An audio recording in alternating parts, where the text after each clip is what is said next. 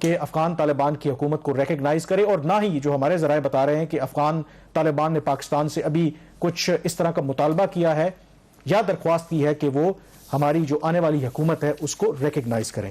یہاں پر بریک لیں گے اور بریک کے بعد تھوڑا ذکر کریں گے کرنٹ اکاؤنٹ کے حوالے سے. Stay with us. بریک کے بعد ایک دفعہ پھر آپ کو خوش آمدید کہتے ہیں. اس حکومت کا ایک جو مارکیٹنگ ٹول رہا ہے یا بہت زیادہ انہوں نے اس پر زور دیا ہے, اور وہ یہ تھا پاکستان کی معیشت کی اگر بات کریں کہ انہوں نے جو کرنٹ اکاؤنٹ خسارہ تھا اس کو سرپلس میں بدل دیا. لیکن ظاہر ہے کہ بہت سے اکانومسٹ کا خیال تھا کہ یہ لانگ ٹرم سسٹینیبل نہیں ہے, اور وہی ہوا کہ اب جو کرنٹ اکاؤنٹ جو سرپلس میں تھا اب خسارے میں جا رہا ہے. تو سوال اس میں امپورٹنٹ شہباز یہی ہے کہ کیا حکومت کو اس حوالے سے پریشانی ہے؟ ایٹ لیسٹ میں نے آپ کی خبر دیکھی ہے کہ وزیر اعظم نے اس حوالے سے ایک بریفنگ بھی لی ہے اور انہوں نے کچھ خدشے کا اظہار کیا ہے کہ یہ جو امپورٹس ایک دم سے بڑھ رہی ہیں اس کے پیچھے کیا وجہ ہے. تو لگتا ہے کہ ان کو تھوڑا کنسرن ہے کہ شاید لوگ اس بات کو اچھا نہ سمجھیں کہ یہ جو کرنٹ اکاؤنٹ سرپلس خسارے. پچھلی دفعہ جب ہم نے پروگرام کیا تو governor state bank of Pakistan کا ہم نے چلایا تھا سارٹ کہ کرنٹ اکاؤنٹ خسارہ کی جب بات ہو تو خوشی سے بات کرنی چاہیے. تو ناظرین انتہائی خوشی کی بات ہے کہ آج جولائی کے نمبر جو اناؤنس کیے اسٹیٹ بینک آف پاکستان نے, جو مالی سال کا پہلا مہینہ ہے, اور جولائی میں جو کرنٹ اکاؤنٹ خسارہ ہے وہ $773 ملین ہے. تو لیکن اسٹیٹ بینک آف پاکستان نے یہ بھی کہا ہے کہ یہ جو جولائی کا نمبر ہے یہ اس کی جو ایک ایکسپیکٹیشن ہے کہ سالانہ جو کرنٹ اکاؤنٹ خسارہ ہوگا کامران وہ کہہ رہے ہیں کوئی 2 سے 3% کے برابر. تو یہ اسی لائن اس کی جو ہے ان کی ایکسپیکٹیشن کے عین مطابق ہے. تو مالی سال کا آغاز ہم نے آج پھر ایک دفعہ خسارے سے کیا ہے. لیکن اس میں میرے خیال میں ایک چیز یہ ایڈ کرنا ضروری ہے کہ لوگ شاید اس کو غلط سمجھے کہ ہم تو آپ بھی ڈسکس کرتے رہے اور بہت سے جو اکانومسٹ ہیں وہ ان کی پوزیشن ہمیشہ یہ رہی ہے کہ اگر تو جو کرنٹ اکاؤنٹ خسارہ ہے وہ مینیجبل ہے تو وہ کوئی آپ کی معیشت کے لیے برا نہیں ہے. صرف ہم کوشچن اس لیے ریز کر رہے ہیں کہ شاید وزیر اعظم کو یا اس حکومت کو کسی نے غلط بریف کیا کہ آپ کی معیشت کا جو پازیٹیو انڈیکیٹر ہے وہ صرف کرنٹ اکاؤنٹ اگر آپ سرپلس میں ہو تو وہی ہے. دیکھیں اب اس میں 2 باتیں ہو رہی ہیں کہ آپ کا اگر کرنٹ اکاؤنٹ سرپلس میں ہے تو آپ کی اکانومی ٹھیک ہے, یا 27 لاکھ لوگ اگر ٹورزم کے لیے چلے جائیں شمالی علاقہ جات میں تو آپ کی اکانومی ٹھیک ہے. ان دونوں کے درمیان بہت کچھ ہے. ان دونوں کے درمیان پاکستان کی کوئی 50 سے 60% آبادی آتی ہے جس کے بارے میں حکومت بات کرنے کو تیار نہیں ہے. لیکن کمنگ ٹو دا ٹاپک کہ کیا جو کرنٹ اکاؤنٹ خسارے کی بات ہو رہی ہے اور governor state bank of Pakistan متواتر یہ بات کہہ رہے ہیں کہ یہ سسٹینیبل ہے, اس حوالے سے ناظرین جو وزیر خزانہ شوکت طرین صاحب ہیں ان کا کیا خیال ہے یہ سنتے ہیں. We may have some challenges over there, but then we are introducing new programs to support, remittances of workers' remittances, RDAs with the professional, as you know. We exports and imports, there are concerns that imports have risen faster than we thought, and there is a current account deficit. I can assure you, we just review this every week. اچھا کامران, یہ جو شوکت طرین صاحب بات آج کر رہے تھے یہ کراچی چیمبر آف کامرس کا ان کا دورہ تھا, انہوں نے وہاں پہ یہ بات کی. ایک اسی ہفتے منگل والے دن ایک میٹنگ ہوتی ہے وزیر اعظم عمران خان صاحب کے پاس, جس کا آپ نے بھی سٹارٹ میں تذکرہ کیا. تو اس میٹنگ میں اوورال پاکستان کی جو پوزیشن ہے, جو پاکستان نے اس سال غیر ملکی ادائیگیاں کرنی ہیں اور جو وصولیاں کرنی ہیں. یاد رکھیں جب ادائیگیوں اور وصولیوں کی بات کرتے ہیں تو اس کے اندر آپ کے دونوں طرح کی چیزیں آ جاتی ہیں. وہ جیسے آپ کی ایکسپورٹس کے پیسے آتے ہیں, ریمیٹنسز جس کا بھی شوکت طرین صاحب بھی ذکر کر رہے تھے, وہ بھی آ جاتے ہیں جب آپ وصولیاں باہر سے کرتے ہیں. جب آپ ادائیگیاں کرتے ہیں تو اس میں قرضے بھی آپ کے شامل ہوتے ہیں اور امپورٹس کی پیمنٹس بھی شامل ہوتی ہے. اب کامران سوال یہ ہے, یہ بات جب میٹنگ میں ہوئی تو میرے ذرائع نے جو مجھے بتایا کہ وزیر اعظم عمران خان صاحب کے کچھ کنسرنز تھے کہ درآمدات میں جس طریقے سے اضافہ ہو رہا ہے یہ کیوں اتنا زیادہ ہو رہا ہے. تو ان کو اس حوالے سے بتایا گیا کہ اس میں پریشان ہونے کی بات نہیں ہے, درآمدات آپ کی اس لیے بڑھ رہی ہیں کہ جو پاکستان کے اندر پلانٹس اور مشینری کی جو امپورٹ ہے وہ بڑھ رہی ہے. تو جب پلانٹ اور مشینری کی امپورٹ بڑھے گی تو اس سے یہ ہوگا کہ آپ کی جو اکانومی کی پروڈکشن کیپیسٹی ہوتی ہے وہ بڑھ جاتی ہے. لیکن اس میں حقیقت کتنی ہے کہ واقعی کیا نمبرز کیا بتا رہے ہیں؟ نمبر ناظرین بڑی انٹرسٹنگ ہے. ہم نے 2 سال کا کمپیریزن نکالا ہے.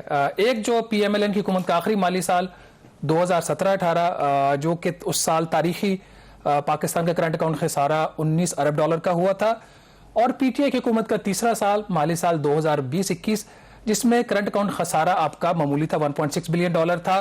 لیکن جو امپورٹنٹ چیز ہے دونوں مالی سال کے جو کمپیریزن کے اندر, پی ایم ایل این کے سال کے اندر جو اس سال درآمدات ہوئی تھی وہ تھی تقریباً $61 بلین, اور جو پی ٹی آئی کا سال تھا تیسرا جو ابھی ختم ہوا ہے جون میں, اس میں جو برآمدات ہے $56.4 ارب. اب جو بات وزیر اعظم عمران خان صاحب کو بتائی جا رہی ہے کہ یہ مینیجیبل ہے، میں صرف مشینری کا اگر آپ کو نمبر اس وقت بتا دوں کہ 2018 کا جو مالی سال تھا اس میں جو مشینری کی امپورٹ ہوئی تھی وہ 11.6 ارب ڈالر کی تھی، اور جو اس سال کی درآمدات کا یہ صرف 19% تھا، جبکہ اب جو پی ٹی آئی کا سال ہے جس کو اب یہ کہا جا رہا ہے کہ ہمیں پریشان ہونے کی ضرورت نہیں ہے، 10 ارب ڈالر کی مشینری کی امپورٹ ہے اور 18% اس کا حصہ بنتا ہے درآمدات کے اندر۔ کامران، اس میں جو ایک چیز امپورٹنٹ ہے وہ یہ ہے کہ جو 2018 میں 10 ارب ڈالر 11.6 ارب ڈالر کی مشینری کی امپورٹ تھی، اس میں جو موبائلز کی امپورٹس تھی وہ صرف کچھ 86 کروڑ ڈالر کی تھی، اور جو پی ٹی آئی کا یہ جو سال ہے جس میں 10 ارب ڈالر کی مشینری کی امپورٹ ہے جس کو یہ مینیجیبل کہہ رہے ہیں، اس کے اندر صرف موبائل کی جو امپورٹس ہے وہ 2 ارب ڈالر ہے۔ تو ایک جو یہ سوال کی جو مشینری آ رہی ہے، جو موبائل کی جو امپورٹ ہے وہ تو کوئی آپ کی انڈسٹریل گروتھ کے لیے تو کام نہیں آئے گی، کنزمپشن ہے، آپ کی کنزمپشن ہے، تو اس لیے میرا یہ خیال ہے کہ وزیر اعظم عمران خان صاحب کو ایک انڈیپینڈنٹ ان کو ایک پکچر لینی چاہیے، وہ اکنامک ایڈوائزری کونسل سے انڈیپینڈنٹ پکچر نہ لیں، وہ ہم سے انڈیپینڈنٹ پکچر نہ لیں، جو ان کے ٹرسٹ کے 4-5 اکانومسٹ ہیں انڈیپینڈنٹس، ان کے کچھ پرانے دوست ہیں، ان سے بیٹھے بات کریں، ان سے پوچھیں کہ اس وقت صورتحال کیا ہے۔ لیکن پرائم منسٹر کو یہ بات بھی پسند نہیں ہے، اگر ان کو کوئی ڈومز ڈے سینیریو بتاتا ہے تو وہ بھی بات ان کو اچھی نہیں لگتی، لیکن ایک وضاحت دیکھیں کریں جو ہم ڈسکشن کر رہے ہیں کہ شاید اس سے یہ تاثر جائے کہ جو کرنٹ اکاؤنٹ جو اگر آپ کا خسارے میں جاتا ہے تو وہ کوئی بری بات ہے۔ اب جس طرح شوکت ترین صاحب بھی کہہ رہے تھے کہ بالکل ہمیں کنسرن ہے کہ ہماری امپورٹس بڑھ رہی ہیں، ایکسپورٹس اس طرح سے نہیں بڑھ رہی، لیکن انہوں نے ساتھ یہ کہا کہ یہ مینیجیبل ہے، 2 سے 3% آپ کے جی ڈی پی کا رہے گا۔ تو آپ کو لگتا ہے کہ یہ مینیجیبل ہے اور اس پہ پریشان ہونے کی ایک ضرورت بات تو نہیں؟ یہ ہے کہ یہ جو 2 سے 3% کی بات کر رہے ہیں، یہ جب ڈالرز میں بات کرتے ہیں کوئی 9.5 ارب ڈالر کی بات ہو رہی ہے، 6.5 سے 9.5 ارب ڈالر، اس کا مطلب ہے کہ دس از ناٹ اسمال اماؤنٹ۔ لیکن جو وزارت خزانہ کے اپنے ایسٹیمیٹس ہیں، شوکت ترین صاحب نے تو جو بات پبلکلی کہی وہ اپنی جگہ پہ، یہ 13 ارب ڈالر پلس کی بات ہو رہی ہے اس وقت، صرف اس مالی سال میں، صرف اس مالی سال میں۔ اب اس میں آپ سسٹینیبلٹی کی بات کرتے ہیں، اگین ناظرین جو ہم نے کمپیریزن نکالا ہے، 2018 کے اندر جو پاکستان کے اندر فوڈ آئٹم کی امپورٹس تھی وہ کوئی 6 ارب ڈالر کی تھی، اور اس سال کا جو درآمدات تھی اس کا یہ تقریباً 10% تھا۔ آج پاکستان کے اندر جو فوڈ آئٹم کی امپورٹس ہے وہ 8.3 ارب ڈالر اور یہ 15%، مطلب اس میں 50% ان ٹرمز آف پرسنٹیج اس کا جو شیئر ہے وہ بڑا ہے۔ تو کیا آپ گندم اور جب چینی منگواتے اور کاٹن منگواتے ہو تو کیا یہ سسٹینیبل ہے؟ یہ ایک بہت بڑا سوالیہ نشان ہے۔ کامران، ایک اور امپورٹنٹ چیز، پیٹرولیم پروڈکٹس ہمیشہ سے پاکستان کی امپورٹس کا اہم جز رہی ہیں۔ 2018 میں ہماری پیٹرولیم پروڈکٹس کو 14.5 ارب ڈالر کی امپورٹ تھی اور اس کا شیئر جو 24% تھا اس سال، جو کہ تقریباً آپ کا 1/4 بنتا ہے۔ آج آپ کی جو پیٹرولیم پروڈکٹس کی امپورٹس ہیں وہ 11.3 ارب ڈالر جو جون میں سال ختم ہوا ہے، اور اس کا جو حصہ ہے وہ 1/4 سے کم ہو کر 5، مطلب اس کا 1/5 ہو گیا ہے۔ اور یہ ایک بڑا امپورٹنٹ پوائنٹ ہے، اس کا مطلب یہ ہے کہ یہ جو وقتی طور پر اس میں ڈپ آیا ہے، جب آپ کی اکانومی اور گرو کرے گی تو آپ کا جو پیٹرول کا امپورٹ بل ہے وہ بھی بڑھے گا، تو اس کا مطلب ہے کہ وہ بھی ایڈ کرے گا آپ کے کرنٹ اکاؤنٹ جو خسارہ ہے اس کے اندر۔ اور اس میں میرا خیال اس کو کنکلوڈ کرتے ہیں، ٹائم ہمارے پاس کم ہے۔ جو زراعت سے ریلیٹڈ اور اس کے کیمیکلز ہیں کامران، اس کی جو امپورٹ ہے وہ 14.5% تھی 2018 میں، اب وہ 16.5% ہو گئی ہے۔ یہاں پہ آپ کھاد اور باقی جو چیزیں آپ کیمیکلز امپورٹ کرتے ہو وہ آ جاتا ہے، ٹرانسپورٹ کا بھی اسی طرح جو شیئر اس وقت زیادہ تھا اب کم ہو رہا ہے۔ تو باٹم لائن یہ ہے کہ جس طرح بتایا جا رہا ہے کہ یہ سسٹینیبل اور مینیجیبل ہے، میرا خیال ایسی بات نہیں ہے۔ پرائم منسٹر صاحب کو جو بات کہی جا رہی ہے کہ جی ہم 90 ارب ڈالر کی پاکستان کو باہر سے وصولیاں ہوں گی، کامران اس کے اندر 15 سے 20 ارب ڈالر کا قرضہ ہوگا، تو کیا قرضہ لے کے کرنٹ اکاؤنٹ کا خسارہ جب آپ فائنانس کریں گے وہ سسٹینیبل ہے یا نہیں، یہ عوام اس پہ ڈیسائیڈ کریں۔ اور ویسے بھی وہ روشن ڈیجیٹل اکاؤنٹ کی بات کریں تو وہ بھی بنیادی طور پر قرضہ ہی ہے، کیونکہ آپ لوگوں سے انویسٹمنٹ لیتے ہیں، اس کے بدلے گورنمنٹ جو ہے وہ ان کو اچھا خاصا جو ہے وہ پیسہ واپس کر رہی ہے سود کی مد میں۔ تو لیٹ سی، جس طرح شہباز کہہ رہے ہیں کہ یہ سسٹینیبل نہیں ہے تو آگے چل کے گورنمنٹ کیسے اس چیز کو مینیج کرتی ہے۔ بہرحال پروگرام دا ریویو سے اتنا ہی، مجھے کامران یوسف اور شہباز رانا کو اب اجازت دیجیے، اللہ حافظ۔